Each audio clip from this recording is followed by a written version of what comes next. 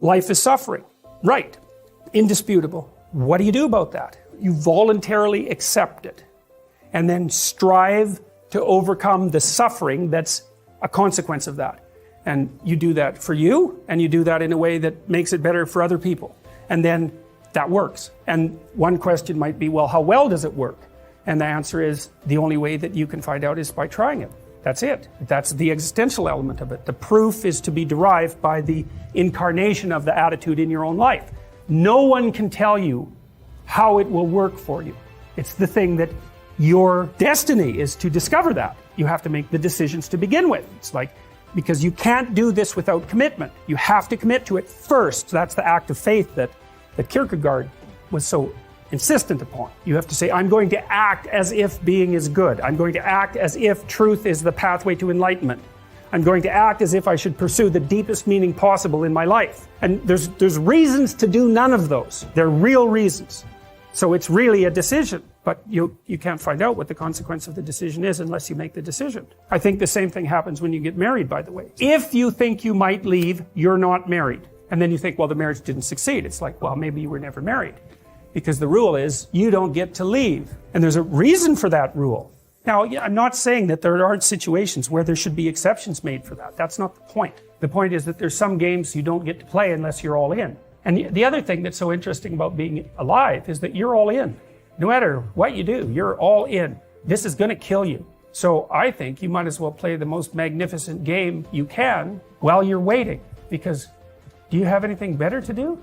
Really? Why not pick the best thing possible that you could do? Why not do that? Maybe you could justify your wretched existence to yourself that way. I think you could.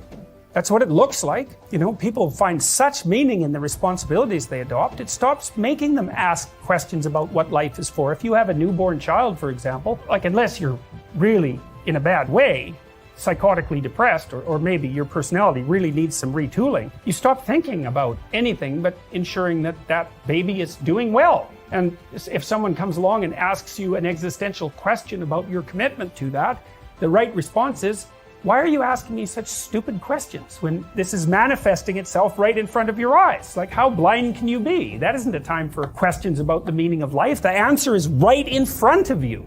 And if you can't see it, it's not because life has no meaning, it's because you're blind. I mean, that's what the image of the Virgin Mother and the child is all about. It's like, what's the answer to the meaning of life? Here's an answer.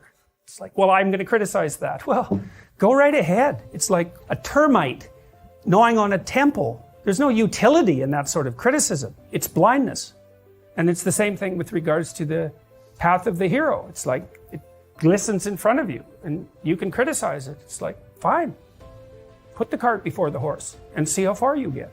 I was trying to solve this terrible puzzle that confronted me and many other people about how it was that human beings got themselves in such a tangle about what they believed. Such a tangle that we were pointing the ultimate weapons of destruction at one another, which, by the way, we are still doing. And I thought, okay, well, I understand that. We need our belief systems. They orient us. And that means there will be conflict between belief systems, and that can be a catastrophe. And that's being played out everywhere, again, in very many ways. What's the solution to that? Well, one possibility is there's no solution. It's just mayhem all the way around. Could be the case. But it seemed to me, as I delved into it, that the proper solution to that was to live properly as an individual. Because you're more powerful than you think. Way more powerful than you think. I mean, God only knows what you are in the final analysis. You're blind to your own weaknesses, but you're also blind to your own strengths. And so then I think, well, if you got your act together, it'd be better for you, and instantly it would be better for your family, assuming they wanted you to get your act together, and not everyone does, and then it would be better for the community. It's like, how far could you take that? If you stopped wasting time, and if you stopped lying, and if you oriented yourself to the highest possible good that you could conceive of, and you committed to that, how much good could you do? Well, I would say, why don't you find out? So that's what I think you should do.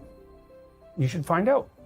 You don't have anything better to do. And there's nothing in it, as far as I've been able to tell, there's nothing in it but good. So maybe you could sort yourself out so that you wanted nothing but the good. And then maybe you could help make that manifest in the world. And maybe we wouldn't have all these terrible problems then. At least we'd have fewer of them, and that would be a start. So the answer to the problem of humanity is the integrity of the individual. That's the answer. And states that are predicated on that realization are healthy. And states that aren't are doomed to stagnation and catastrophic collapse. And personalities that are predicated on self-tyranny and the tyranny of others are doomed to collapse. And then you think, well, what's the barrier? And the barrier is, are you willing to accept the responsibility? And part of the answer to that is, reduce the damn responsibility until it's tolerable. You don't have to fix everything at once. You could just start by fixing the things that you could fix. Or you could even do it more. You could do it with even less self-sacrifice. You could start by fixing only the things that you want to fix. God, you can get a massive way that way. So do it. See what happens. That's what you should have been taught in university right from the beginning. Aim at the highest good. Tool yourself into something that can attain it. And go out there and manifest it in the world. Everything that comes your way will be a blessing. And so all you have to do is give up your resentment and your hatred. I know that's a hard thing to give up, because you have plenty of reason for it.